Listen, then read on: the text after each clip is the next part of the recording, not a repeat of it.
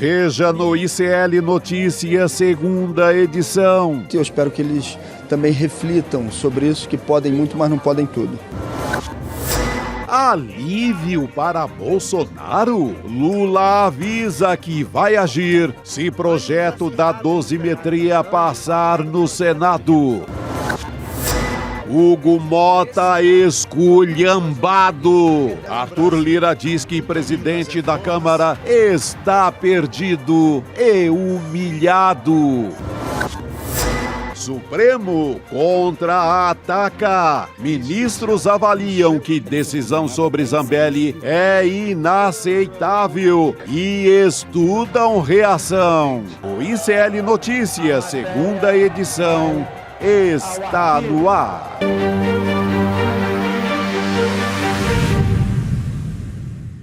Olá, boa tarde, sejam bem-vindos e bem-vindas ao ICL Notícias, segunda edição desta quinta-feira, dia 11 de dezembro de 2025. Nós estamos ao vivo, diretamente do estúdio do ICL, da Zona Sul de São Paulo, diretamente para o mundo. Muito boa tarde, querido Chico. Boa tarde, Roberta. Só, hein? Ontem aliviaram para Carla Zambelli, deputada condenada, fugitiva, presa. É, lá e ainda no deputada. cárcere italiano, né? Tá depois além mar. É uma presidiária além mar. Ela pode ser deputada. Não sei se ela vai ter até... Acho que o Hugo Mota vai mandar até o tablet para ela votar de lá, né? Gente. Só sendo. Olha, ela andou espalhando uma conversinha de que poderia delatar o bolsonarismo. Casa bem com o que aconteceu ontem. Porque imagina se a pistoleira delata. Não sobra hein? Vira faroeste de vez. Boa tarde, Juliano Medeiros. Ontem tivemos também um duplo twist carpado, né? Com Glauber Braga aí, que se mantém ali na Câmara dos Deputados, apesar da suspensão, mas o mandato segue firme. Boa tarde, Roberta. Boa tarde, Chico. Boa tarde a toda a nossa audiência. Foi uma reviravolta. Tarde e noite de caos em Brasília, tarde e noite de caos em São Paulo, com 300 voos cancelados, 2 milhões de paulistanos e paulistanas sem energia elétrica, e em Brasília pegando fogo com uma manobra de última hora para salvar a Carla Zambelli. A extrema-direita e o Centrão aceitaram dar só uma suspensão por Glauber Braga e deram um alívio para a esquerda, evitando uma grande injustiça. Eu acho que teve acordo, daqui a pouco você vai falar sobre isso, tá? Vamos seguir aqui com o N2, porque o presidente Lula disse hoje que vai decidir se veta ou não o projeto de lei da dosimetria, mas ressaltou, né, que o ex-presidente Jair Bolsonaro tem que pagar pela tentativa de golpe. Palavras do presidente Lula. Vamos lembrar que o projeto que reduz as penas para os condenados pela trama golpista foi aprovado na Câmara e agora será analisado pelo Senado. A declaração de Lula foi para a TV Alterosa de Minas Gerais. Vamos ver o que ele disse. Olha, abre aspas. A discussão agora vai para o Senado e vamos ver o que vai acontecer. Quando chegar na minha mesa, eu tomo a minha decisão. Eu e Deus sentados. Tomarei a decisão, farei aquilo que eu entender que deva ser feito, porque ele tem que pagar pela tentativa de golpe. Tentativa de destruir a democracia desse país. Ele sabe disso. Não adianta ficar choramingando agora. O que você achou dessa declaração do presidente Lula, Chico? Poderia ter sido mais incisivo? Foi num tom adequado? Olha, eu até achei que ele ia deixar isso para Senado, Judiciário, nem ia se meter. Mas achei importante já anunciar, chegar aqui na minha mesa, não vai ter a canetada favorável. Eu vetarei, ele vetando volta para a Câmara, pelo menos obriga o parlamento a esse desgaste, não é? Você obriga, vocês vão ter que derrubar esse veto.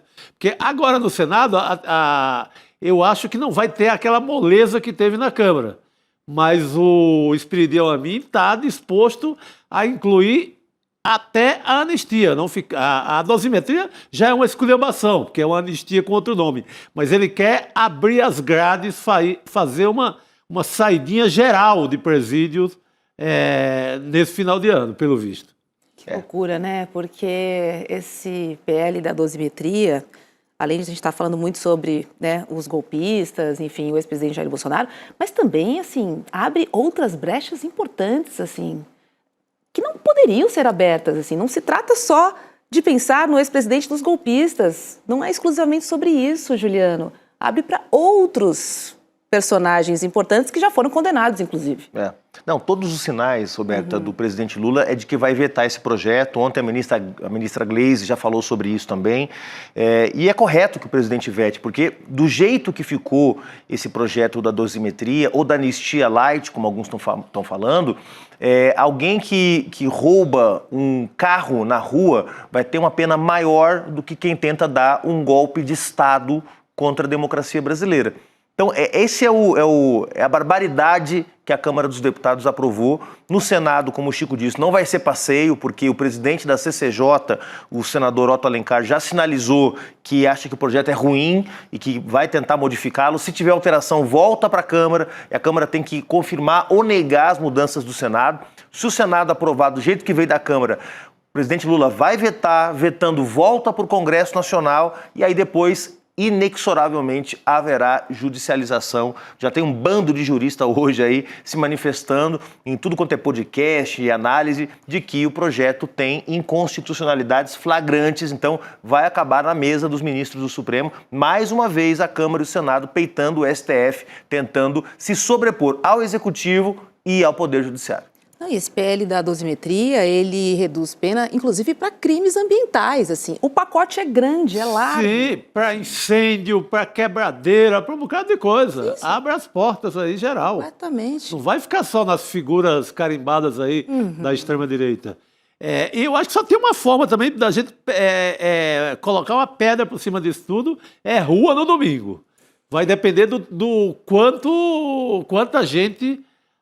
vamos colocar na rua no domingão. Precisamos. Tem Copacabana no Rio, aqui no MASP, na Paulista, 14 horas, Recife, BH, Floripa, Curitiba, todo mundo vai para a rua. É isso.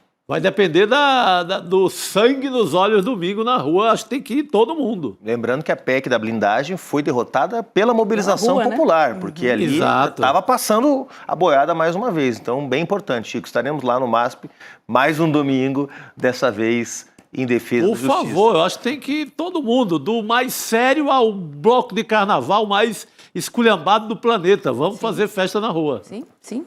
Estão falando sobre a nossa democracia. É ela que está em jogo. É isso. Golpistas, não. E olha, falando em dosimetria, o grupo de senadores mais próximo ao presidente Lula busca uma forma de adiar para 2026 a votação do projeto. A discussão marca uma nova disputa com o presidente do Senado, Davi Alcolumbre, que expressou a vontade de colocar o projeto para votação o quanto antes. Senadores próximos ao presidente do Senado afirmam que ele quer colocar o projeto em votação, isso para encerrar as discussões em torno da anistia. E aí, então, começar o ano novinho, em 2026, com outros assuntos no radar. É isso que diz o presidente do Senado, Davi Alcolumbre. Chico. Esse aí também, esse perdeu a mão, né? De um mês para cá, ficou insatisfeito aí por alguma coisa. O cara é um balcão de emendas, balcão de favores.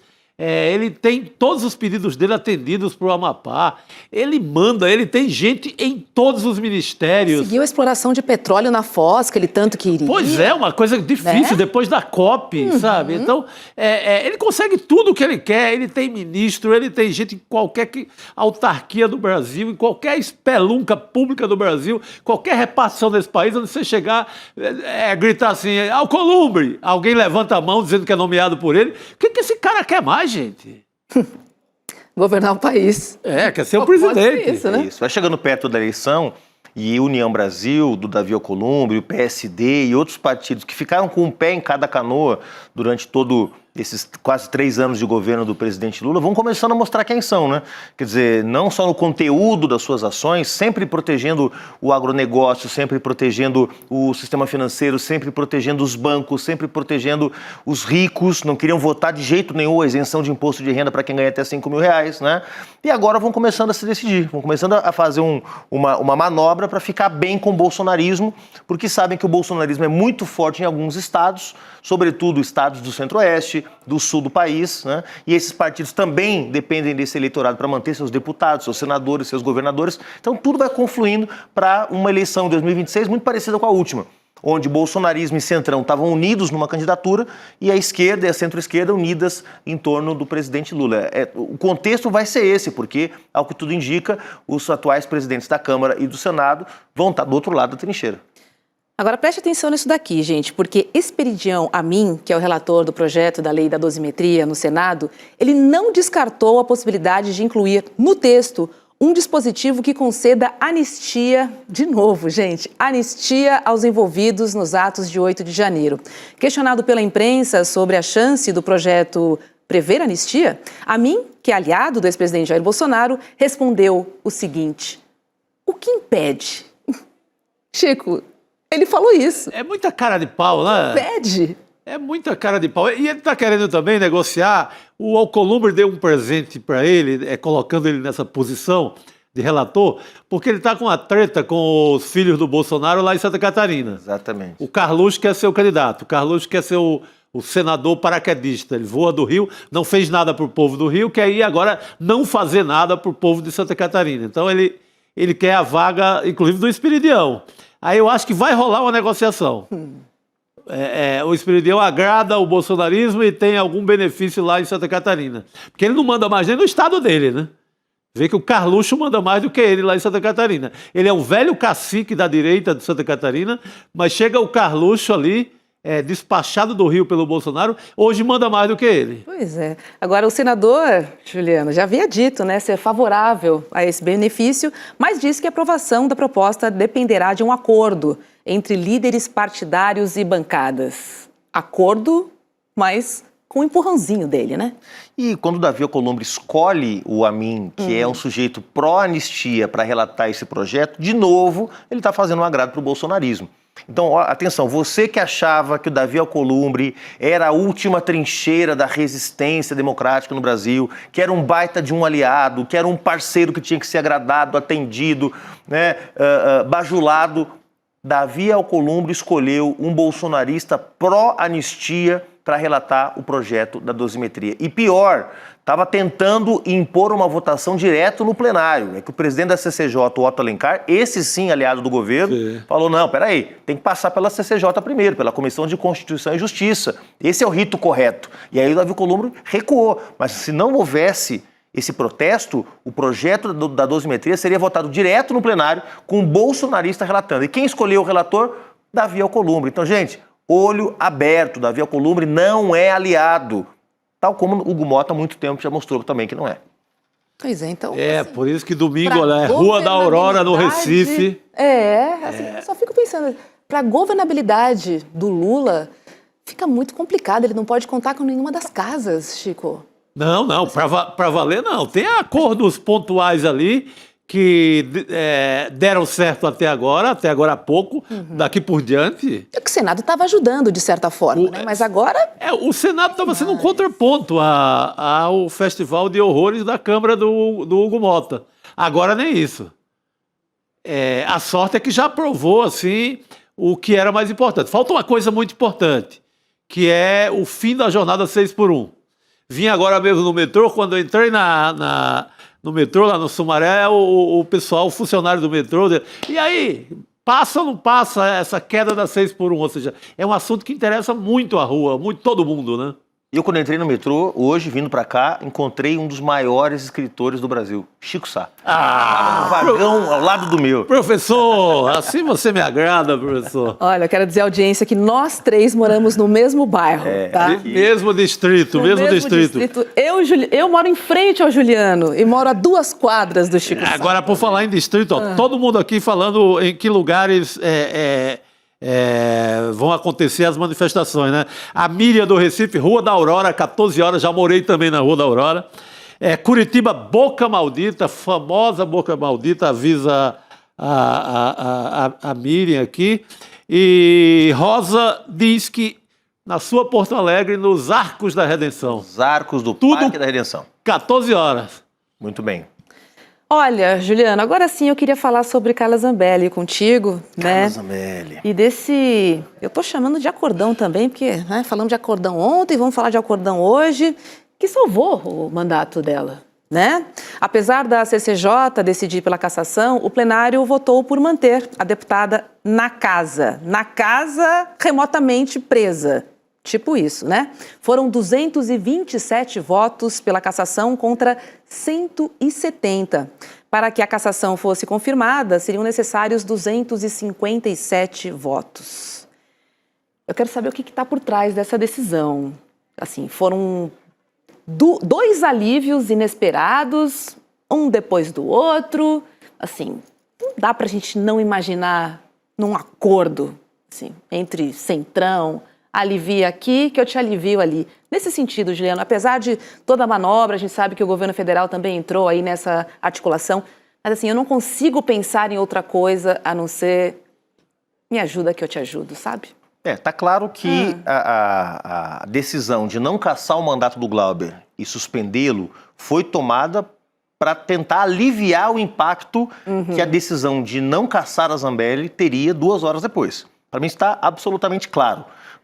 Não houve um acordo com a esquerda, porque a esquerda não votou a favor da liberação da Zambelli, da manutenção do mandato da Zambelli. Tanto é que o líder do PT, o Lindbergh Farias, junto com outros deputados do PSOL, do PCdoB, vão ao Supremo exigir que a decisão seja, que a decisão do Supremo seja chancelada pela Câmara. Porque, para entender, Roberta, a decisão de cassar foi tomada pelo Supremo Tribunal Federal. A Câmara não está cumprindo uma decisão judicial. Há 4 meses há uma decisão do STF de que Zambelli deve perder o mandato. Só que o Supremo não tem poder para determinar a perda do mandato. Quem tem que determinar é o presidente da Câmara, em ato administrativo ou plenário da Casa.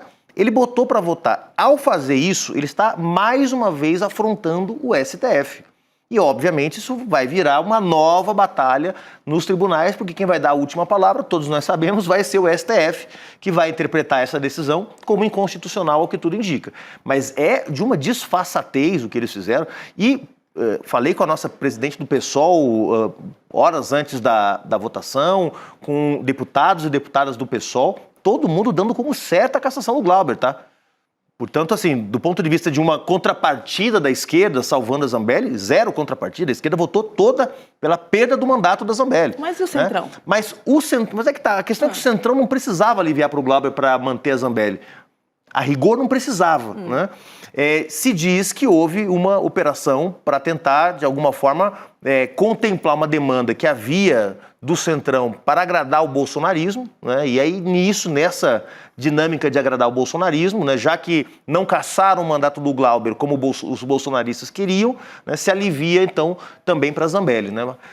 Agora, o que está por trás disso, além dos benefícios óbvios que o Centrão, que o bolsonarismo tem ao não perder uma das suas principais figuras com mandato na Câmara, ainda que seja presa, inelegível, fora do jogo político, isso nós vamos descobrir nos próximos dias, com certeza. Olha, eu só vejo a questão do medo de uma delação, porque não faz sentido. Não faz mais sentido nem o Bolsonaro, o próprio Bolsonaro não andava mais tão amoroso assim com a Zambelli.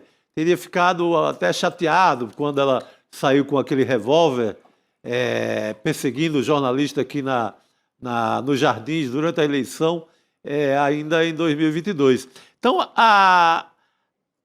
ter circulado que ela poderia fazer uma delação, isso, sim, isso agita o bolsonarismo. Assustou, porque Carla Zambelli, eu sei que não precisa mais destruir o bolsonarismo com denúncias, já tem de maneira farta, mas ela traria boas novidades sobre os acertos ali dessa turma da extrema-direita. Ela esteve com o hacker lá na cozinha do Bolsonaro no Palácio da Alvorada, então ela teria uns detalhes do roteiro para nos contar. E ela frequentava aquelas rodinhas, né? Frequentava. Mesmo falando pouco, ouvia muito. E agora a expectativa do que vai acontecer com Ramagem e com o Eduardo Bolsonaro. Bom, com o Eduardo Bolsonaro o acordo já está feito, porque ao ser cassado por ato administrativo por faltas, ele mantém a sua elegibilidade, ou seja, ele pode ser candidato, pessoal, o sujeito que está conspirando contra o Brasil, pode ser candidato no ano que vem, pode estar na urna no ano que vem, se não tiver condenado até lá, eu espero que esteja condenado com trânsito em julgado, porque aí ele fica inelegível. porque a lei da ficha limpa atuaria sobre ele. E o Ramagem é uma grande incógnita, né? Porque o sujeito está foragido, mesmo caso da Zambelli, condenação, decisão do Supremo de perda de mandato. A Câmara só deveria fazer uma coisa protocolar, que é uma votação quase que simbólica para cassar o mandato do Ramagem. Bom, se salvou a Zambelli, que está presa, tudo indica que vai salvar o Ramagem também, né? Ou seja, de 4 cassações, não vai ter nenhuma no fim das contas, né? Cara, que desastre essa gestão do Hugo Mota, hein? E quem disse isso não foi Chico Sá apenas. Tem gente lá de Alagoas falando também, né? Exatamente. Olha, o líder da bancada do PT na Câmara, o Lindbergh Farias, ele negou ao ICL Notícias que tenha existido qualquer acordo entre o governo e a oposição para tentar livrar a cassação dos mandatos tanto de Glauber quanto da Carla Zambelli. Além disso, o Lindbergh protocolou hoje um mandado de segurança no Supremo Tribunal Federal pedindo a suspensão imediata da decisão da Câmara que manteve o mandato de Carla Zambelli. No pedido, o deputado afirma que a mesa diretora descumpriu uma ordem judicial já transitada em julgado. Agora à tarde, o Lindbergh falou com a imprensa sobre o assunto. Vamos ver. Para nós é um absurdo que a Câmara tem uma bancada de deputados foragidos. 3 deputados. Foi uma absurda absolvição do Eduardo Bolsonaro pelo Conselho de Ética. Foi um absurdo o que aconteceu ontem, mas o erro foi do presidente da casa, Hugo Mota. E a gente está querendo, com esse mandato de segurança, que tem uma decisão do Supremo Tribunal Federal para que o presidente da casa cumpra uma decisão judicial. Se ele não cumprir essa decisão judicial, na verdade, ele está prevaricando e ele está cometendo um crime de responsabilidade. Vai lá, Juliana. Não, é isso. Tem uma situação colocada aí que é de descumprimento flagrante de uma decisão judicial. O que vai acontecer? Outro impasse, mais uma vez, o Centrão criando um impasse diante de uma decisão judicial de figuras que estão condenadas, trânsito em julgado, quer dizer, devem, por força da lei, perder o mandato e o presidente da Câmara não permite, blinda esses parlamentares. Já fez isso com o Ramagem, quando o Ramagem foi libertado lá atrás, ainda no curso da investigação, quando a prisão preventiva foi declarada, e mais uma vez isso acontece. Quer dizer, até onde o Centrão, na sua aliança com o bolsonarismo, pretende ir para blindar esses deputados? Vai criar um impasse institucional irreversível, porque dentro de 10 dias a gente está no recesso parlamentar. A Câmara não vai mais se reunir, não vai mais haver o plenário da Câmara funcionando, vai entrar o recesso do ano judicial também, mas liminares, decisões ainda vão continuar sendo tomadas. Vamos lembrar que a prisão do Roberto Jefferson, naquela confusão toda com granada, tiro, porrada, bomba, foi exatamente num período de recesso do Judiciário, numa decisão que foi tomada no plantão do STF, né, pelo ministro Fachin, pelo ministro Alexandre de Moraes. Então, nós temos aí um momento de impasse que vai se prolongar metade de dezembro, mês de janeiro inteiro, até a volta do ano parlamentar em fevereiro. E aí, nós vamos ter clareza se o Centrão, de fato, vai se abraçar com o bolsonarismo, desistir dessa coisa de ter terceira via, com Zema, com Caiado, com Ratinho, e vai se abraçar no Flávio Bolsonaro mesmo, para fazer o jogo que querem fazer, que é o jogo do mercado, do agro, do golpismo, das elites econômicas e políticas brasileiras, ou se vai tentar manter ainda um pé em cada canoa, como tentou fazer parte desse governo Lula. Deixa eu trazer uma outra notícia, porque o deputado federal Gustavo Gayer, do PL, ele foi indiciado pela Polícia Federal por suspeita de desvios de dinheiro por meio de cota parlamentar.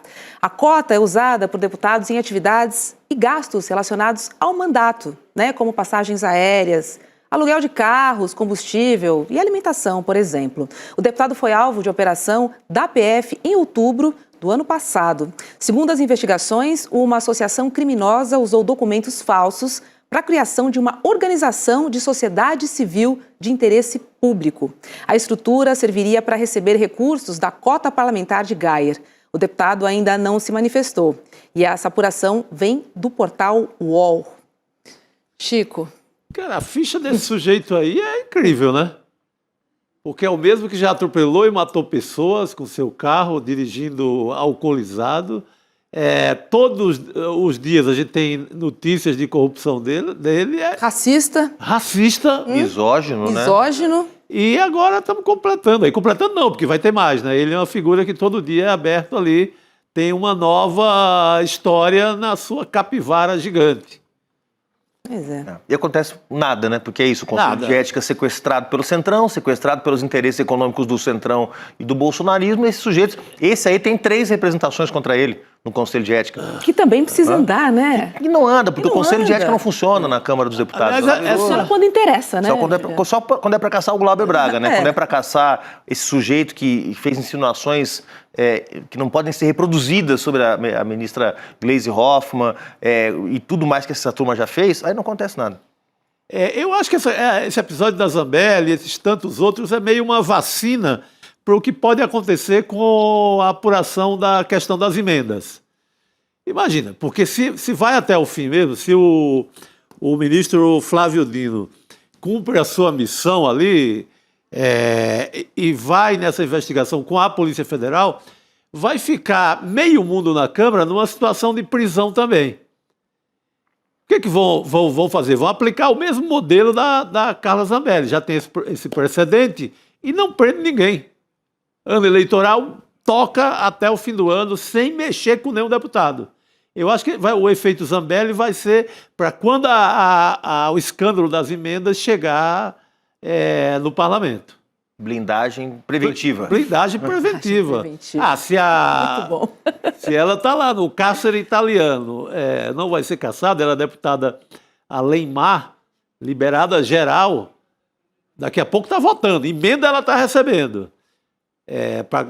O Ramagem e o Eduardo Bolsonaro, eles chegaram a indicar emendas, né? 80 milhões de reais em emendas parlamentares. Ainda recebendo cotas de gabinete, né? Ainda com os gabinetes instalados, funcionários. Cara, é uma esculhambação. 3 milhões e meio de reais até outubro, o povo brasileiro gastou com Ramagem, Eduardo Bolsonaro e Carla Zambelli no ano de 2025. 3 milhões e meio de reais, Robertinho. Imagina o que daria para fazer com isso, hein? Que tristeza. Meu Deus do céu. Por isso que é Posto 5, Copacabana, domingo, 14 horas. MASP, São Avenida Paulo, Paulista, 14 horas. Universidade Federal do Espírito Santo, em Vitórias, 14 horas. Muito Bora bem. pra rua. Mercado São Brás, em Belém, 14 horas. Não, acho que é lá, não sei se é, mas eu tô dizendo. Enfim, Rua da Brasil Aurora, todo, Recife, 14 horas. Brasil todo, domingo, vamos pra rua.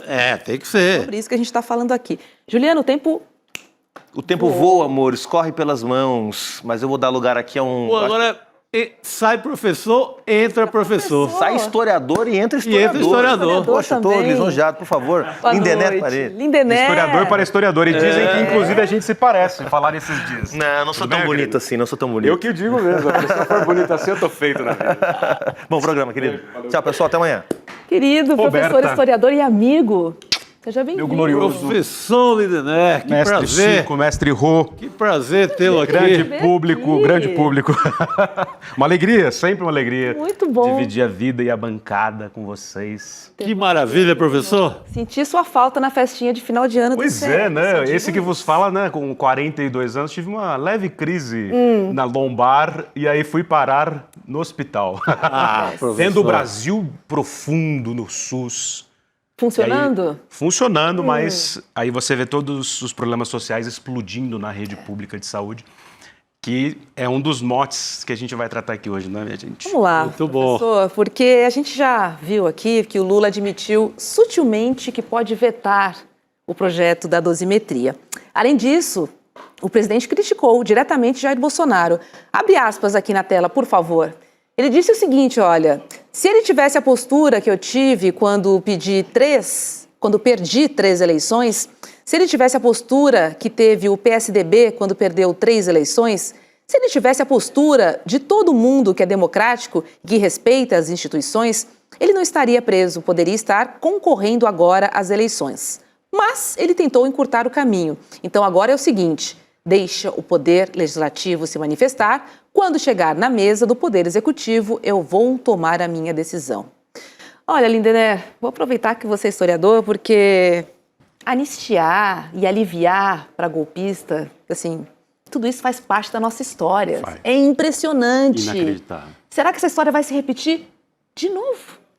Rô, estava até ouvindo vocês aqui nos bastidores ali e matutando como um historiador de ofício pode ajudar a gente a pensar, a explicar por que o Brasil é assim.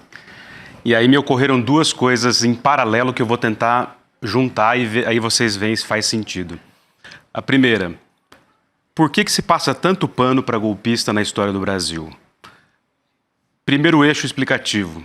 O Brasil, quando foi fundado no século XIX enquanto país independente, em 1822, essa elite luso-brasílica, depois de brasileiros, altos políticos, fazendeiros de café, proprietários de escravizados africanos, eles fizeram uma lei abolindo o tráfico.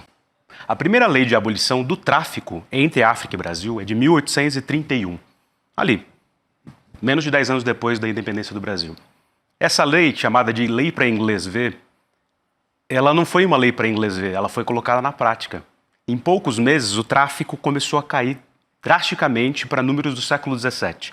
Ou seja, a lei foi aplicada, houve fiscalização e, digamos que as instituições e as autoridades brasileiras da época, do jovem Brasil independente, começaram a fiscalizar o Atlântico Sul e os africanos que ilegalmente estavam chegando no Brasil.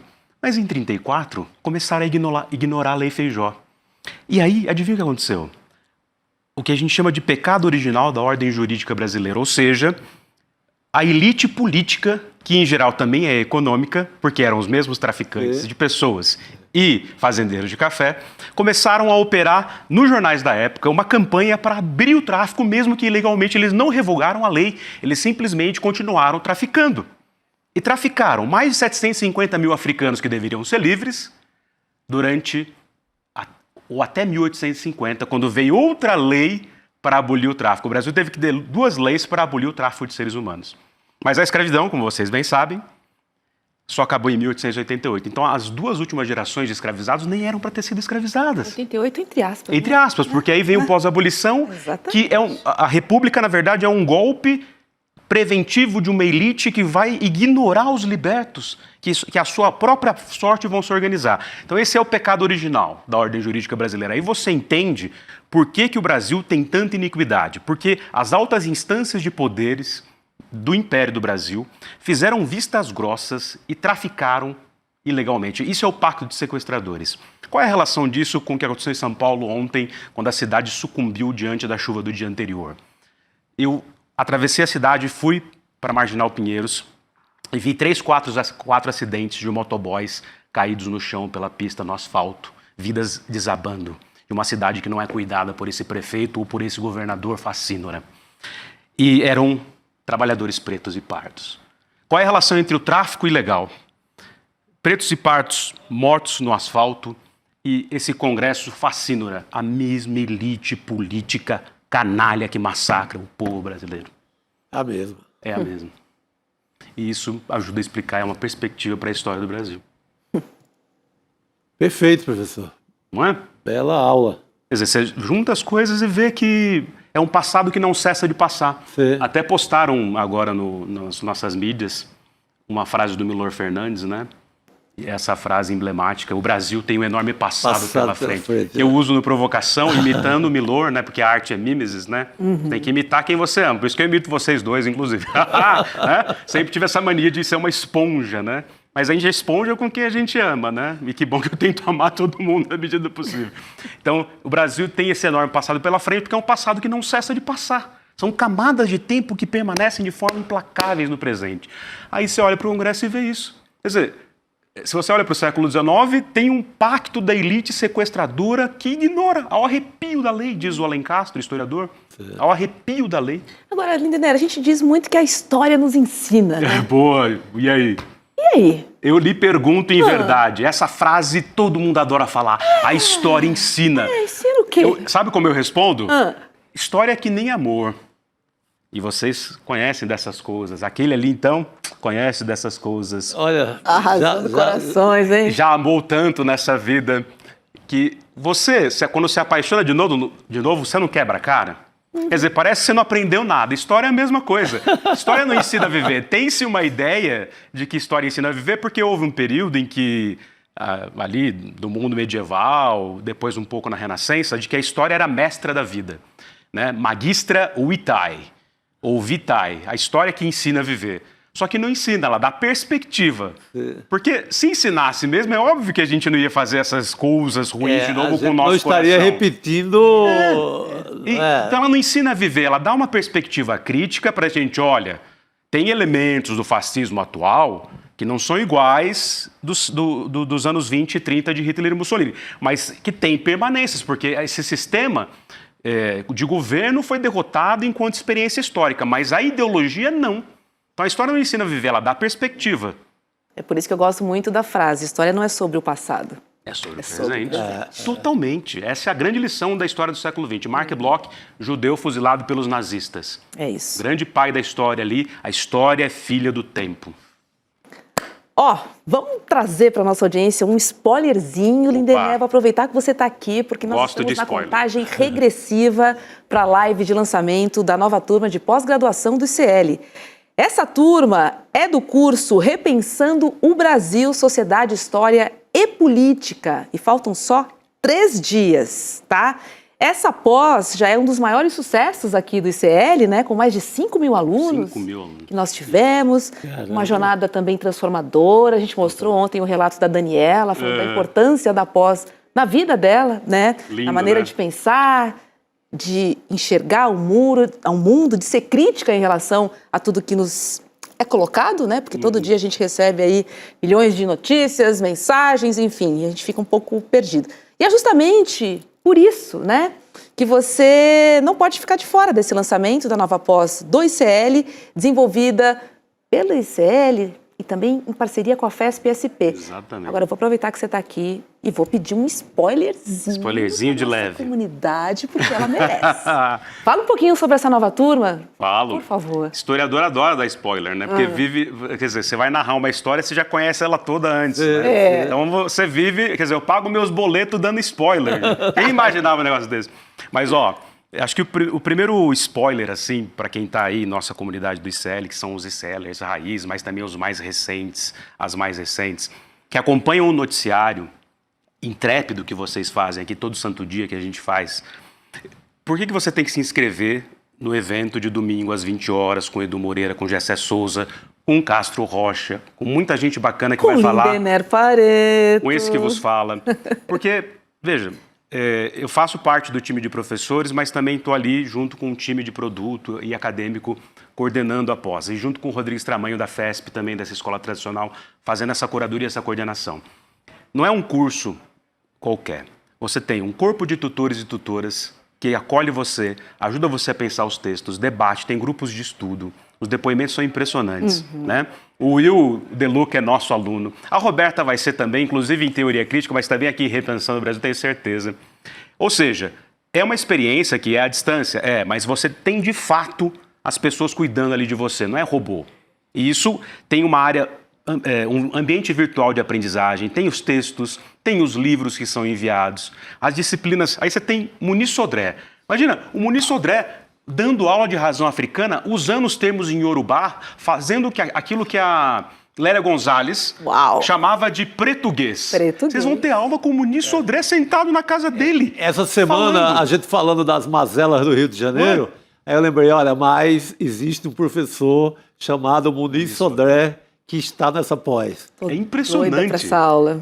Foi todo mundo à loucura, assim. Muniz Sodré, e ele falando daquele jeito dele. Ele me mandou uma foto no Dia das Crianças dele pequenininho lá em Mãe Menininha, na Bahia. Uau. E aí tem Renato Janine Ribeiro, Gessé Souza, Marilena Chauí, na disciplina de filosofia, junto com a Maria Ribeiro, que traz essa perspectiva afrocentrada. Narrativas da história do Brasil, com esse que vos fala. Né? A gente tem, enfim... João César, então, Rocha. Aí, ó, vocês vão ter, ó, spoiler, por exemplo, Crônico e Anacrônico e esse livraço aqui que vai ser o tema do próprio João César na pós. Uau. E vocês viram de perto, pensar o Brasil a partir do exílio e da violência. Imagina, gente, vocês vão ter aula com o João César. Minha terra tem Palmares. Tem Palmares. Além de Palmeiras, tem Resistência em Palmares. Muito bom. Então é isso, imagina. Se inscrevam, é sério. Se você está na dúvida, se inscreva, acompanha. É tudo gratuito. E aí você vai ver que não tem, assim, enrolação. Não é, estão prometendo uma coisa e entregaram outra. Os alunos que acompanham... Além disso, é assíncrono, né? Quer dizer, é bem flexível, mas quem acompanha ama de paixão. Os depoimentos que a gente recebe como prof, os professores tutores também, é de chorar. Você fala assim, cara, eu nunca imaginei na minha vida... Os tutores falam. Tem uma ex-aluna minha, que é uma menina, inclusive, afrocentrada, que ela falou, Linda, eu tô me realizando como professora. E ela é super jovem. Aí eu falei, poxa, que orgulho. Que lindo ver isso. Nossa, que bacana. A Juliana Bartolomeu, a Dani e a Gabi são mulheres negras, historiadoras, geógrafas, sociólogas, super jovens, que estão dando aula também. Pô, você imagina, esse operário do ABC vendo isso, fazendo isso. Então, gente, vem conosco, sério, se inscrevam. Que vai ser uma alegria receber todos vocês nessa posse. Muito bom. Que Gente, maravilha, professor. não vejo a hora de começar a minha posse. Uhul! Então é o seguinte, ó, anota aí, no dia 14 de dezembro, às 8 horas da noite, o ICL vai apresentar todas as novidades, né, da nova turma e principalmente liberar as condições mais vantajosas que oferecemos para este curso, tá? E atenção, essas condições especiais só estarão disponíveis ao vivo durante a transmissão. Então, essa é a sua chance. É agora para garantir a sua matrícula com um mega desconto e o menor valor já praticado na história do ICL. E tem mais, viu? Não parou por aí. Se você já é aluno do ICL, você terá acesso garantido e outros benefícios exclusivos. Então, só para você saber, corra agora mesmo no link icln2.com.br. Te dei um spoilerzinho aqui, contou algumas coisas, mas nessa super live você vai ter todos os detalhes. Lindamente. Linda, né? Que bom te receber aqui no N2. Alegria sempre Parabéns minha. pela pós, viu? Muito Eu sei que tá obrigado. fazendo sucesso. A gente faz um trabalho coletivo. E só um outro spoiler, tem aula com o Ladislau Dalbor. Ladislau Dalbor. também. E aí, imagina, o Dalbor foi genro do Paulo Freire, vocês sabem, né? Sim. E esses dias a Fátima Freire, companheira do Dalbor, ex-companheira, veio aqui no ICL gravar uma aula. E ela me contou cada coisa. Então, tudo isso vocês vão ouvir nessas aulas. O Dalbor tem uma história de resistência, luta. O polonês, a ex-companheira dele chama o Polaco. O Polaco fica emocionado.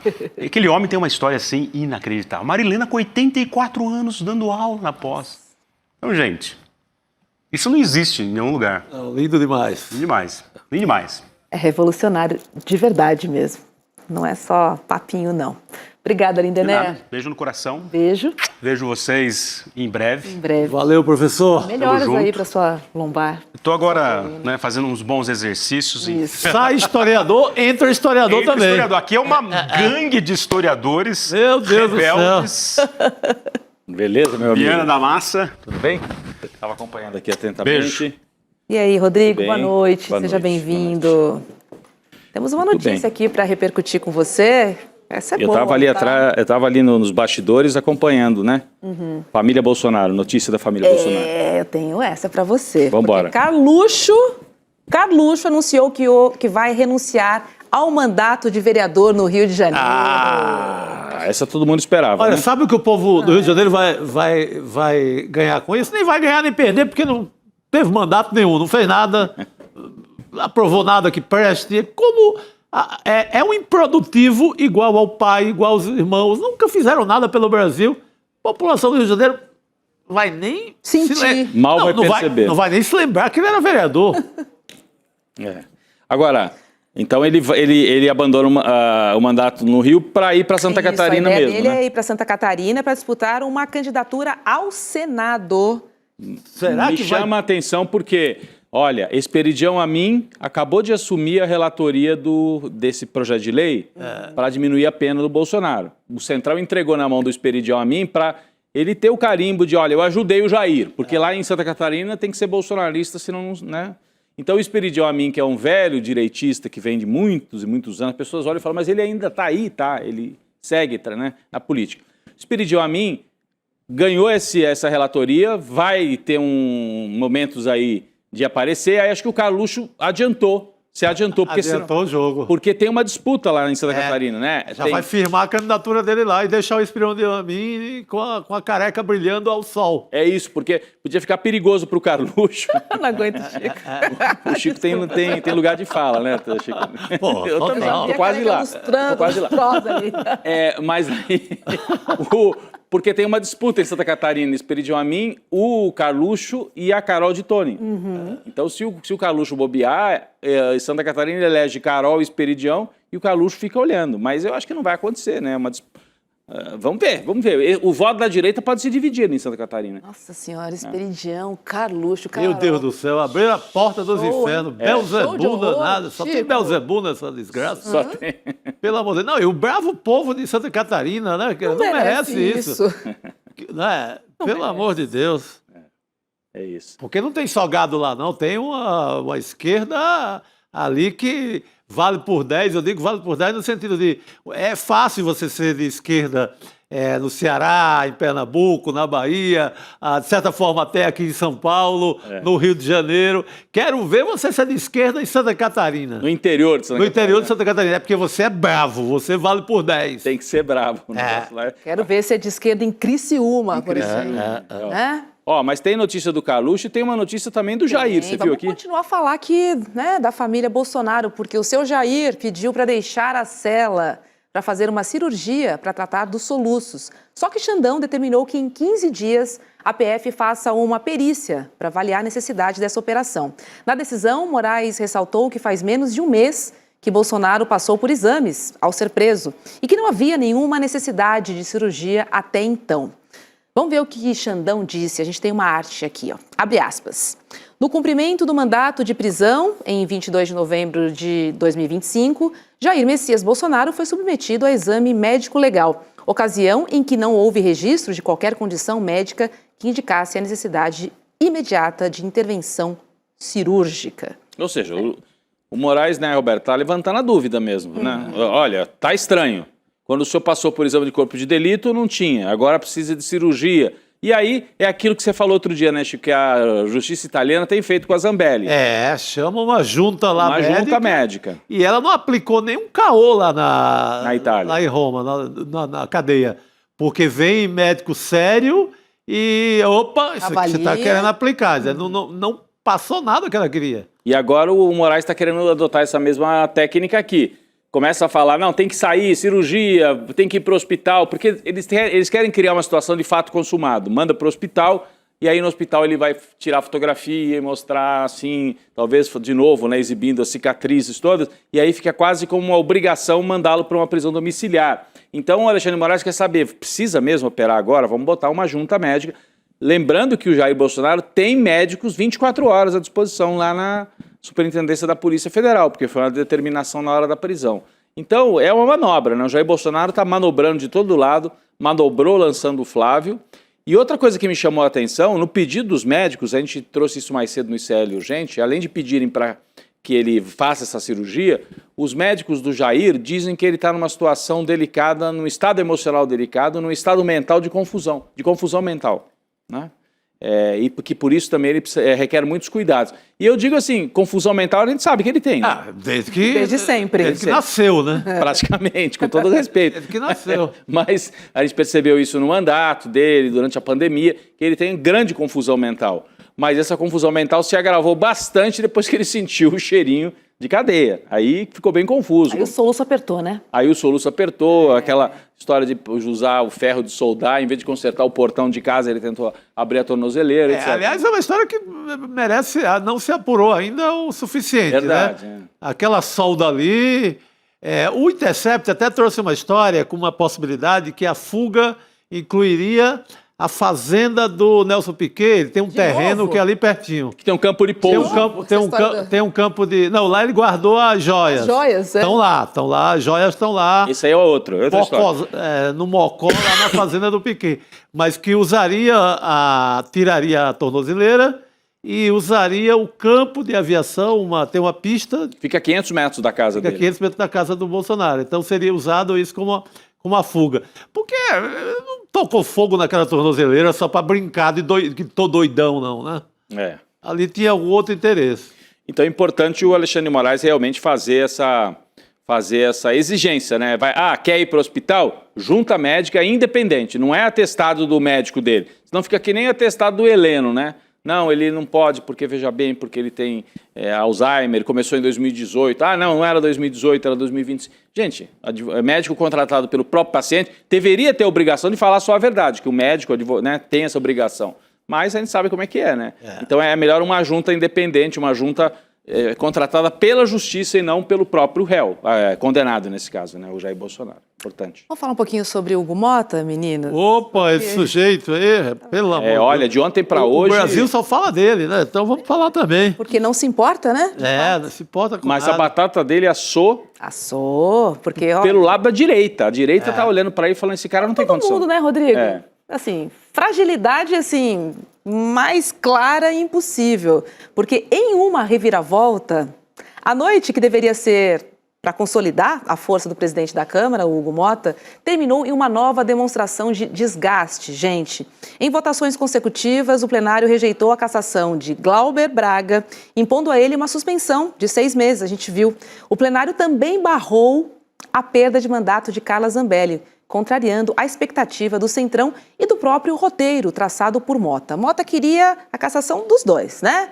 Glauber Braga e também Carla Zambelli. Não aconteceu.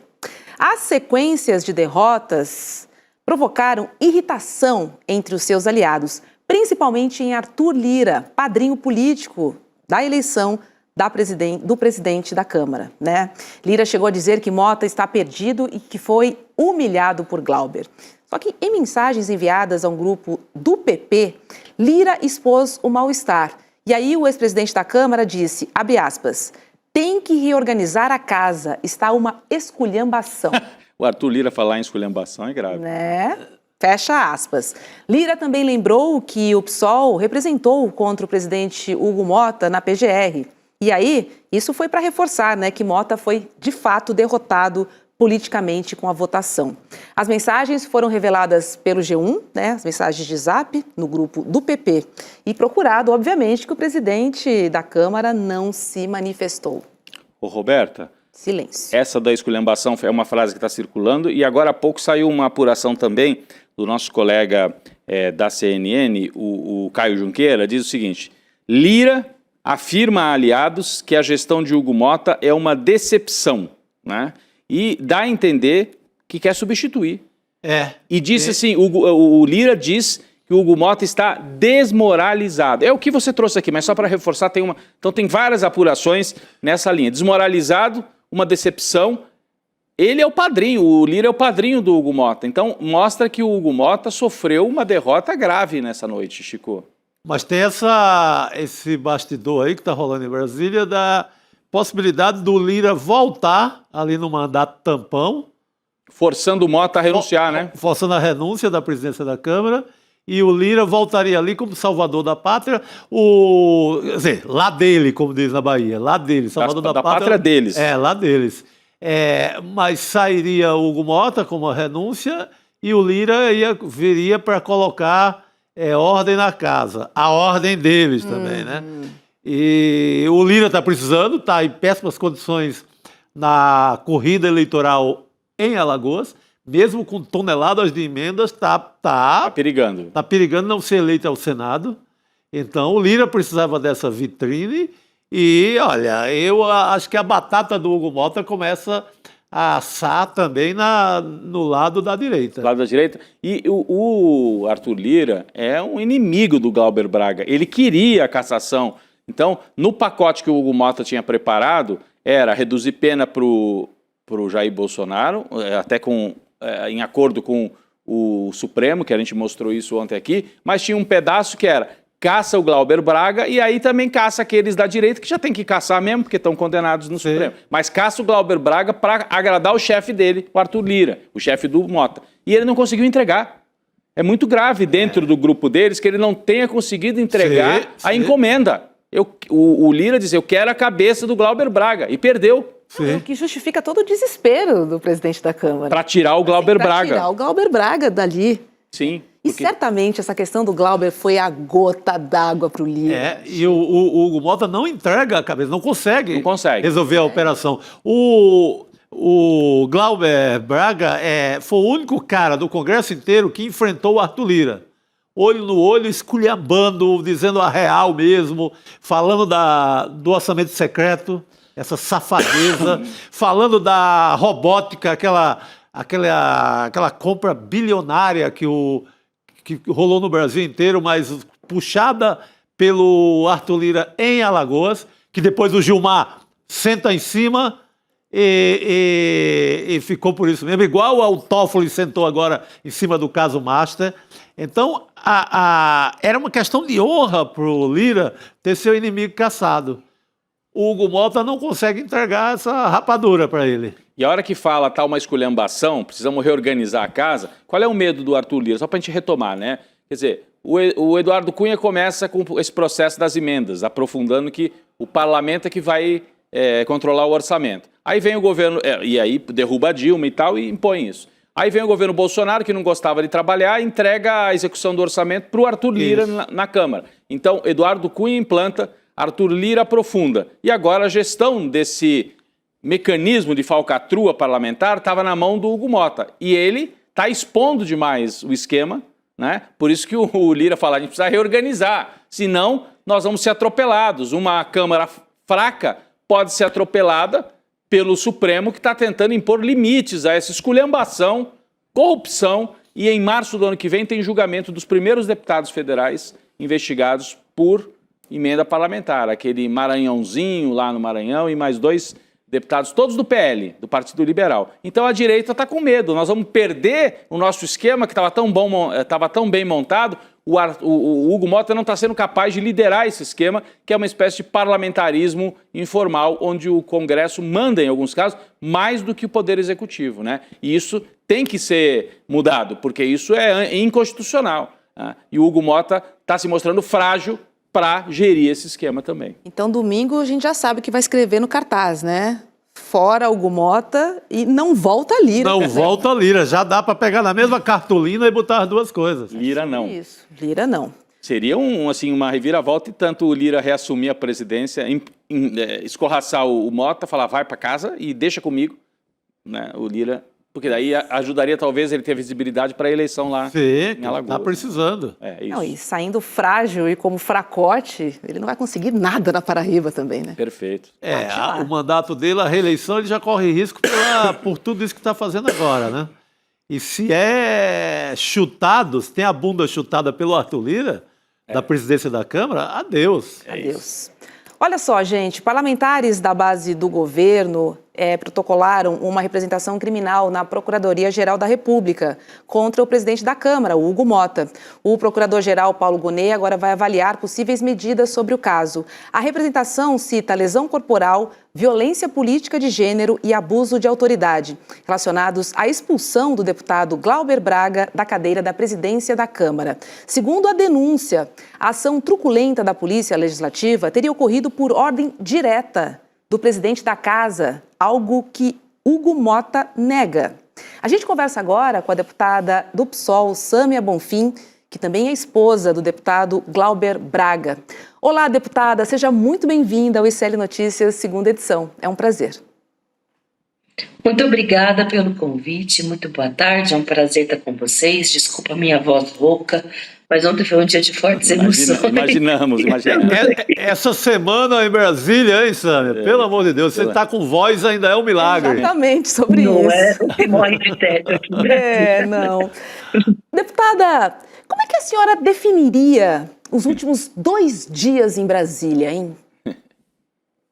Acho que houve uma ofensiva golpista coordenada pelo presidente Hugo Mota, que, sem avisar ninguém, colocou uma pauta bomba antidemocrática de benefício dos golpistas que foram condenados pelo Supremo Tribunal Federal e também colocou a possibilidade de cassação do Glauber na bandeja, né, como mais uma garantia para a extrema-direita que, nesse cenário que ele estava construindo, teria a Zambelli livre, e teve, né, livre de qualquer cassação.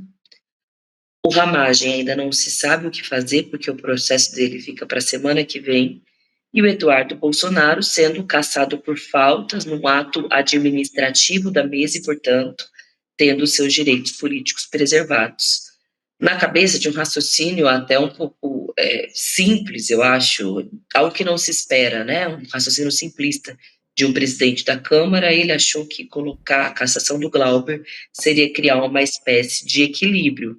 Mas é óbvio que não é disso que se trata, porque, bem, não vou ficar aqui repetindo, todo mundo sabe que não tem nenhum grau de comparação nos casos, absolutamente desproporcional. Então, acho que houve uma ofensiva golpista que eles conseguiram, infelizmente, né, avançar com o projeto de dosimetria, mas, ao mesmo tempo, ontem houve um revés importante, que foi a manutenção do mandato do Glauber e dos seus direitos políticos, porque todo mundo que acompanha minimamente a Câmara sabia que o cenário era de cassação. Ontem, durante a sessão, Hugo Mota e Arthur Lira trabalharam ativamente para que ele pudesse ser cassado, mas nós conseguimos encontrar a saída dos 6 meses de suspensão. E, claro, o que ele fez com a imprensa, mas o que ele fez conosco também, né, de colocar a Polícia Legislativa para bater, para dar porrada em parlamentar, algo que nem na ditadura militar a gente viu, criou um desgaste para ele incalculável. Todos os veículos de imprensa, os parlamentares achando completamente desmentido. Isso não demonstrou força. Na verdade, todo autoritarismo demonstra, na verdade, né, fraqueza, instabilidade. E eu acho que a situação dele ficou muito pior, porque a gente fez essa denúncia da Procuradoria-Geral da República, né, que você mencionou, mas a gente que fala, inclusive, em impeachment, em troca de presidente, ou seja, um presidente completamente inábil, autoritário e golpista. Deputada Sami, a gente acabava de comentar um pouquinho antes da sua entrada como que todo esse cenário acabou desagradando também o padrinho político, o chefe, né, do Mota, que é o Arthur Lira. A gente pode dizer que o Arthur Lira saiu derrotado. A senhora acabou de dizer que ele trabalhou pessoalmente para que o Glauber Braga fosse cassado. O Arthur Lira sai derrotado. E o que a senhora vê de cenário? Existe alguma chance do grupo político da direita, do Centrão, trocar o Hugo Mota, porque ele mostrou que não tem condição nem de administrar o projeto deles, que é autoritário, que tem uma série de desvios, mas até para os interesses deles é uma presidência fraca, né, que não entrega tudo que eles precisam. Como é que a senhora avalia isso? Arthur Lira derrotado, e como é que fica daqui para frente? O Mota pode ser trocado? Bom, o Glauber é um grande desafeto do Arthur Lira e é recíproco, na verdade. Eles tiveram muitos embates e, sobretudo, depois da denúncia do orçamento secreto que ele operava. O Glauber, inclusive, foi testemunha na Polícia Federal de um dos escândalos de emendas no estado de Alagoas, em desfavor do Arthur Lira. Então, a crise ali entre os dois é muito grande e, ao longo do processo também de cassação do Glauber, ficou evidente que o desentendimento ali, né, com o militante do MBL foi um pretexto, na verdade, para poder justificar o que estava por trás, que era a perseguição e a tentativa de retaliação.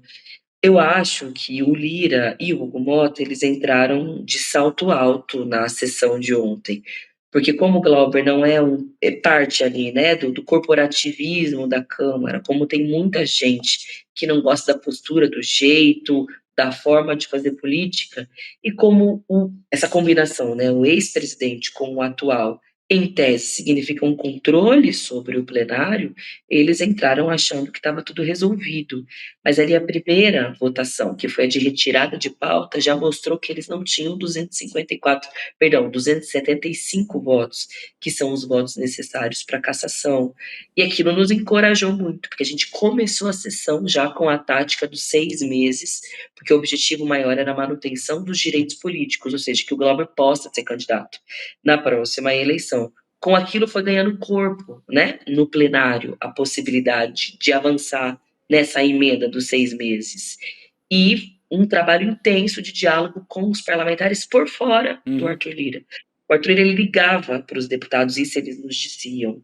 Ele ligava dentro da bancada dele, do PP, ameaçava, pressionava.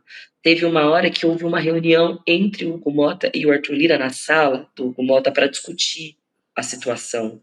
Quando houve ali a votação, se era a suspensão do mandato por 6 meses ou não, muitos ali que estavam sob o comando do Lira votaram pela suspensão de 6 meses, porque caso isso fosse derrotado, iria para o relatório original. E aí eles precisariam colocar 275 votos. E eles não tinham tido 275 votos em nenhum momento da sessão. Então, chegou um momento que eu acho que o próprio Lira jogou a toalha, entre aspas, que foi quando Kim Kataguiri orientou o voto a favor da suspensão e não da cassação, admitindo que se ele não fizesse isso, ia correr um grande risco de eles perderem absolutamente tudo. Por conta disso, eu afirmo que sim, foi uma derrota para o Lira, uma derrota para o Hugo Motta e uma vitória do PSOL, da esquerda e de todos aqueles que evidentemente viram aquilo como um ato desproporcional, injusto, autoritário e um precedente perigoso, né, para qualquer outro parlamentar. Agora, sobre a fragilidade do Hugo Motta, não tem a menor dúvida.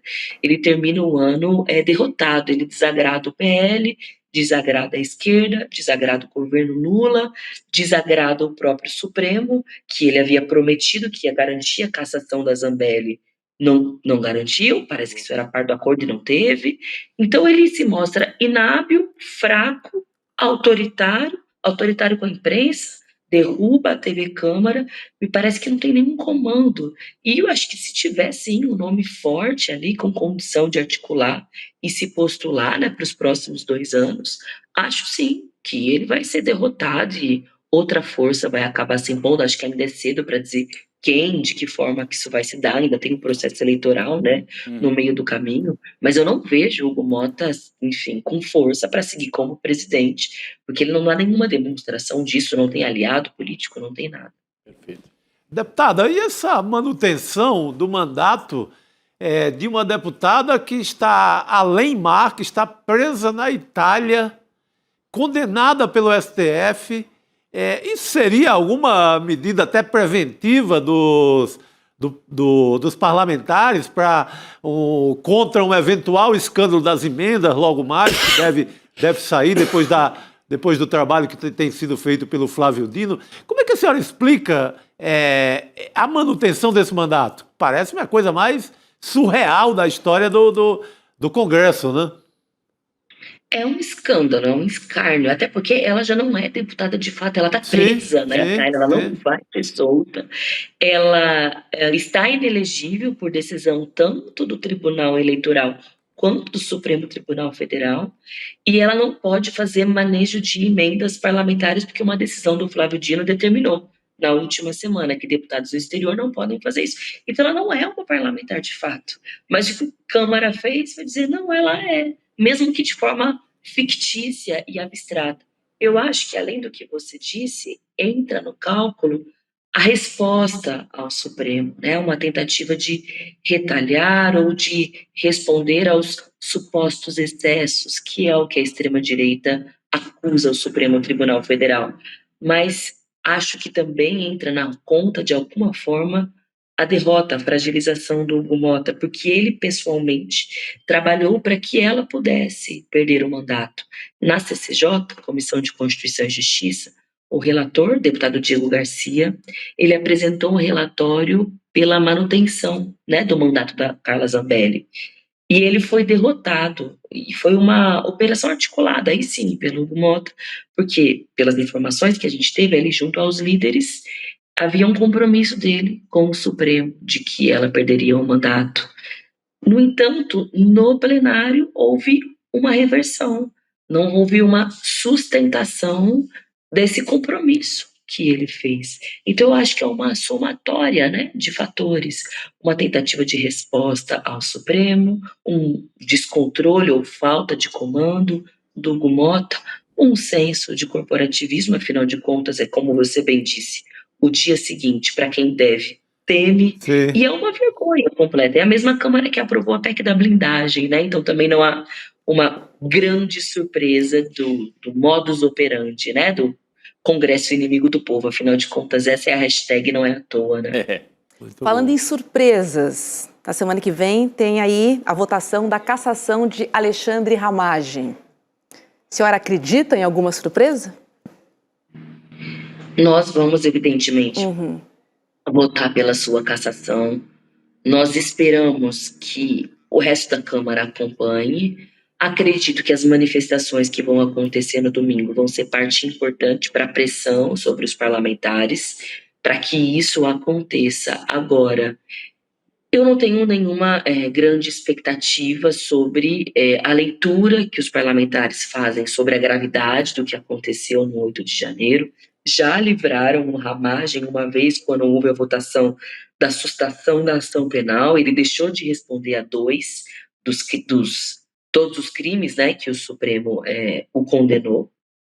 Então, não duvido que ele possa ser salvo também pela Câmara, mesmo que preso, mesmo que inelegível e mesmo que demitido, inclusive, da própria Polícia Federal. Então, acho que é um combo de fatores, mas eu aposto na mobilização e eu espero que ela consiga arrancar esse efeito, né? Já houve o adiamento da votação por parte do Senado, que não deve mais apreciar esse ano a dosimetria, mas só no ano que vem.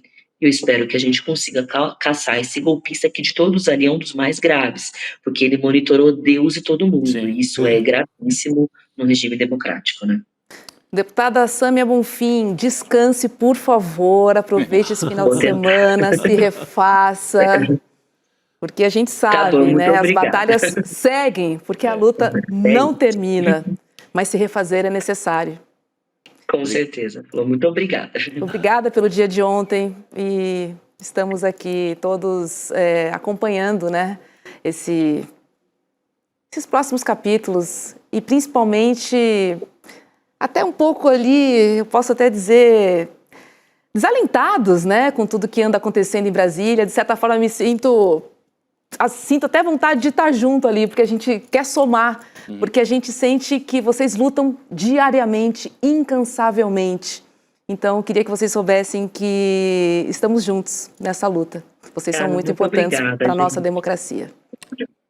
Muito obrigada e parabéns a vocês pelo trabalho. Um beijo, até a próxima. Boa Tchau, noite, tchau. querido. Obrigado. Olha, gente, hoje é dia de O Poder e a Fé. Às 7 horas da noite, coladinho no N2, vai ao ar um novo episódio da série O Poder e a Fé. E ela é apresentada pelo pastor, o deputado Henrique Vieira, e também pela vereadora Ava Santiago. Tem uma linguagem acessível, muito bom humor em todos os episódios e essa temporada propõe uma conversa sem filtro, tá? Mas cheia de compromisso. Esse é um espaço para troca franca sobre fé cristã, ética e debate público. Dá uma olhadinha no recado que nossos novos apresentadores mandaram sobre o tema de hoje. Pessoal, o segundo programa tá assim, profético, forte, potente, revolucionário, instigante, doce, ácido. Foi lindo, sobretudo, escutar essa mulher aqui. Sabe qual foi o tema? Legendários. Essa busca por uma suposta masculinidade bíblica baseada na virilidade militarizada e ser o grande provedor. Olha que programa forte, potente, você vai querer jogar para milhares de pessoas e debater na sua igreja, e tem umas falas dela, assim, que você vai cravar no coração pro resto da sua vida. Não se inscreva em Legendários antes de assistir esse programa, vai mudar a sua vida, viu? Você já ia se inscrever, né? Para com isso, garoto, vai ler a Bíblia e vai assistir nós. E vai assistir. Fraterno abraço. Vai ler a Bíblia. Chico, você já leu a Bíblia? Já li alguns trechos, sim. Não sou muito religioso no geral, mas já andei circulando pela Bíblia com desenvoltura. Eu estou lendo agora o Saramago, o Evangelho segundo Jesus Cristo. É uma maneira de reler a Bíblia pelos olhos do Saramago. Né? Eu leio pelos olhos de Allan Kardec, o Evangelho segundo o Espiritismo. Deu para sentir o clima gostoso do programa de hoje, né? O episódio de hoje é Masculinidade Tóxica nas Igrejas. Então acesse cl.com.br/série e ative o lembrete para receber a notificação assim que começar. Você que já está aqui no N2, toma uma água e assiste a este segundo episódio, tá? Coladinho aqui no N2. A gente recebe agora o Dr. Valber Agra para conversar com a gente. Dr. Valber Agra, seja muito bem-vindo ao N2. Vamos falar de Carla Zambelli. Prazer é todo meu, o Chico, a Roberto, o Rodrigo. Posso dizer que já estava com saudades. Eu ia dizer a mesma coisa. Faz tempo que não ouvíamos, né? Dr. Valber Agra, a gente quer saber Como é que deve ficar a situação da deputada Carla Zambelli? Porque o plenário da Câmara salvou o mandato dela em votação ontem, né? Mas ela deve perder o cargo por faltas. Então, são dias, são meses, enfim, em muito pouco tempo. Como é que ficam os direitos políticos dela? Bem, veja. Faltam 12 faltas só para ela, viu? 12. São um terço. Ela tem já 2 condenações. Uma condenação de 10 anos e outra, que eu escrevi aqui para eu não errar, uma outra condenação de 5 anos e 3 meses. Né? E aí passa pelaquela invasão do sistema do CNJ, que é um órgão público, interferência nítida e clara num órgão do Poder Judiciário, e aquele fato lamentoso onde ela saiu com a arma em punho às vésperas da campanha, não tinha legalidade do porte de armas, uma coação ilegal. Então, são 2 condutas onde ela já foi condenada. Então, na de 10 anos, ela é inelegível, ela tem os seus direitos políticos suspensos. Veja só, uma coisa é inelegibilidade, outra coisa são os direitos políticos suspensos. Por que isso? Por exemplo, Bolsonaro era inelegível, mas podia receber, não sei quanto ele recebia, do PL. A partir do momento que ele deixa de ser apenas inelegível e passa também a ter os seus direitos políticos suspensos, ele não mais pode ter direito de antena, se pronunciar em rede nacional pelo partido, fazer propaganda pelo partido, ou receber qualquer tipo de verba pública ligado ao eleitoral, que é o fundo partidário e o famoso FEFEC, Fundo Especial de Financiamento de Campanha. Então, a Zambelli, ela tem os 2. Quanto ao artigo 55, parágrafo 2º, eu sou daqueles constitucionalistas, e eu sou constitucionalista há muitos anos, inclusive com um livro que tem uma grata satisfação de ir para a 11ª edição de Direito Constitucional. Eu sou daqueles que não acredita que o papel do Senado ou da Câmara dos Deputados é apenas figurativo. Não. O Senado ou a Câmara dos Deputados, no caso Zambelli, a Câmara dos Deputados, tem que se pronunciar, mas se pronunciar não para garantir uma ilegalidade. Ou seja, ela foi apenada 2 vezes, mas se pronunciar se houvesse, por exemplo, se não fosse seguido o devido processo legal, se a pena não fosse resguardar os direitos constitucionais, mas todos esses direitos foram assegurados a ela. Ou seja, o que a Câmara fez foi um abuso de poder na modalidade de desvio. O ato não é um ato chancelatório, que vários falam aí. Não, porque se fosse, não precisaria, a Constituição está escrito. Na Constituição não há palavras inúteis. Mas o que nós vimos na madrugada, literalmente, na calada da noite, foi uma tentativa de abuso de poder na modalidade de desvio. Por quê? Porque se negou um cumprimento de uma decisão. Sem nenhum motivo. Não houve nenhum motivo que justificasse isso. Estou à disposição dos senhores. O que eu ia perguntar, o Supremo pode, inclusive, considerar que foi uma ilegalidade, uma inconstitucionalidade, manter o mandato da Zambelli e declarar que ela perde, já que é isso que o senhor acabou de explicar? Houve, inclusive, um mandato de segurança por parte do PT hoje, impetrado agora à tarde. Lindenberg Farias. Guilherme, Lindenberg Farias, perfeito. Mas, veja, qual é a ilegalidade? É a falta de fundamentação. É a inexistência total de fundamentação. Ora, o processo dela houve desvio, no processo dela houve abuso? Não, ninguém disse nada. Os fatos são fatos que foram atestados, são fatos rontudos, notórios, são. Então, não tem por que desviar. Nesse caso, a Câmara dos Deputados não defendeu uma prerrogativa da cidadã Zambelli. Não. Garantiu a impunidade de uma cidadã sem nenhum motivo plausível, afastando-se dos parâmetros legais. E veja, volto a dizer que sou daqueles que acha que a Câmara e o Senado, ele não tem um papel figurativo, eles têm um papel atuante. É um ato que nós chamamos em direito administrativo de um ato complexo, mas nesse caso aí, sem nenhum tipo de razoabilidade. Então, considero Tenho certeza que esse ato é um ato arbitrário, portanto, deve ser nulificado por uma decisão do STF, como já fora, inclusive em outros casos, como no caso do Danadon. Muito bem. Lá atrás. É o precedente. Doutor Agra, precisa ir para o plenário do STF ou pode ser uma decisão do ministro para quem for despachado esse pedido? Veja só, essa questão das decisões monocráticas do STF é um dos motivos de fragilização da própria legitimidade do STF. Como é que num país democrático, de freios e contrapesos, os famosos check and balance, eu vou dizer que uma decisão de um ministro monocrática vai desfazer a decisão de 257, da ausência de 257 parlamentares? Eu acho isso, para uma democracia, afrontoso. Sim. Uma decisão monocrática de um ministro desfazer uma decisão colegiada de uma das casas do parlamento, mesmo todo mundo sabendo que essa legislatura é uma das piores legislaturas da história republicana, mas mesmo assim eu acho afrontoso. Eu colocaria essa decisão para ser imediatamente validado pelo plenário do STF. Com toda certeza, o ministro que despachar, não sei qual for o ministro, ele terá esse apuro dessa decisão prevalecer apenas com voto colegiado. A questão dessas decisões monocráticas, ela é uma das espadas de Damocles para a legitimidade do STF, não tenho dúvida nenhuma.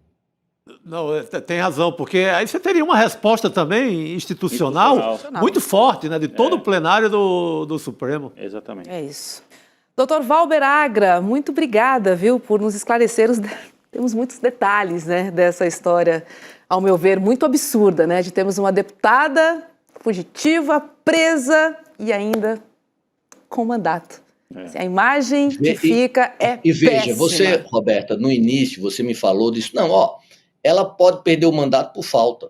Mas veja, não precisaria falta. Claro. Uma deputada que foge, que é condenada 2 vezes, que é falta de decoro parlamentar mais cristalino do que essa.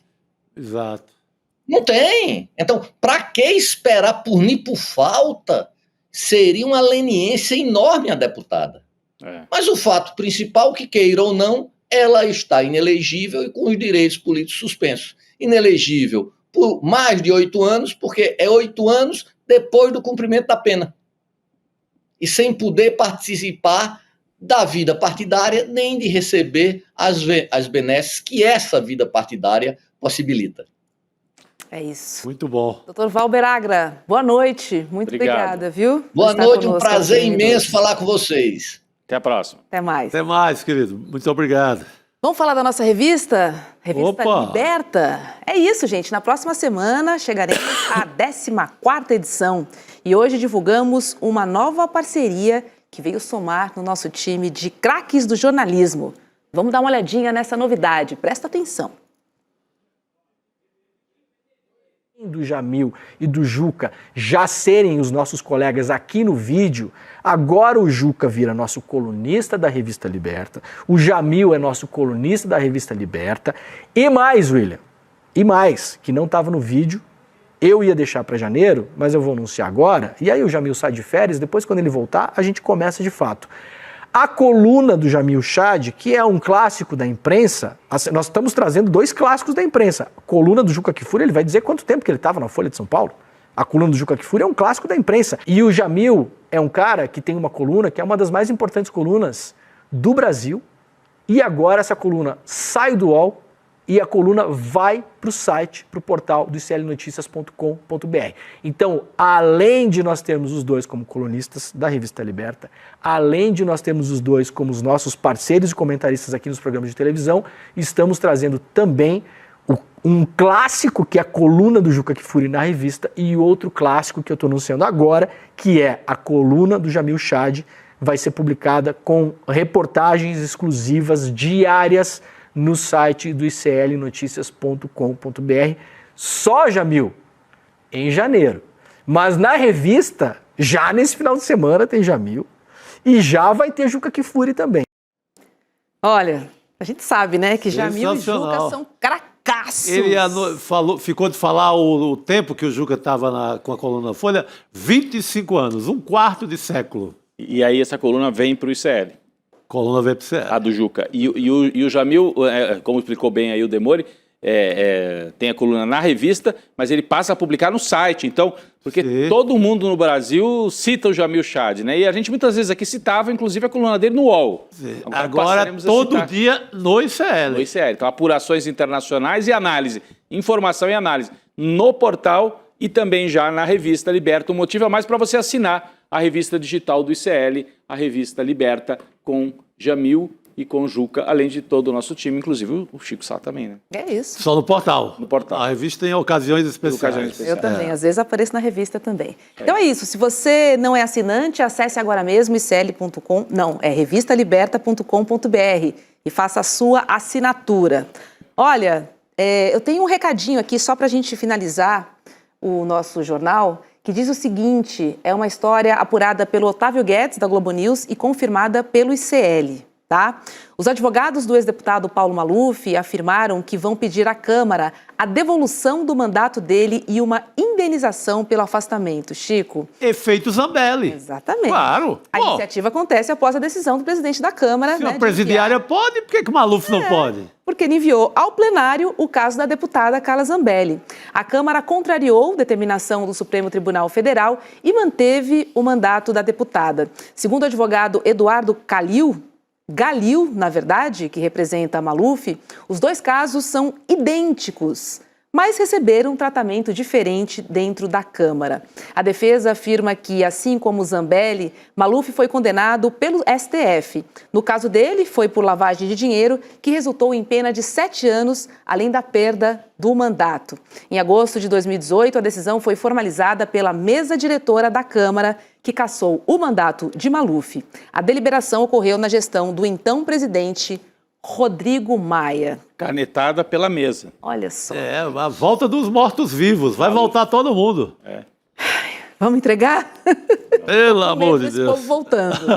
É isso. Obrigada, Rodrigo. Valeu, Roberto. Obrigada, Valeu, Chico. Valeu, Obrigada, Robes. comunidade, pela sua companhia. E fique aí, que tem mais programação aqui no ICL. Vamos com o pastor Henrique Vieira agora. A gente se encontra amanhã. Tchau, tchau. O Brasil vive um momento decisivo e entender o que está em jogo exige mais do que manchete. As decisões que moldam o país vêm de uma longa trajetória de desigualdade e de concentração de poder. Para compreender o presente e agir com consciência, é preciso olhar para a história e as estruturas que formaram nossa sociedade. Pensando nisso, nasceu o curso de pós-graduação do ICL, da FESC, SP, Repensando o Brasil, Sociedade, Política e História. Um programa reconhecido pelo MEC, voltado a quem quer pensar o Brasil com profundidade e rigor intelectual. Vai acontecer o lançamento da nova turma da Pós no dia 14 de dezembro, às 8 horas da noite. Entender o país é o primeiro passo para construir o futuro com consciência.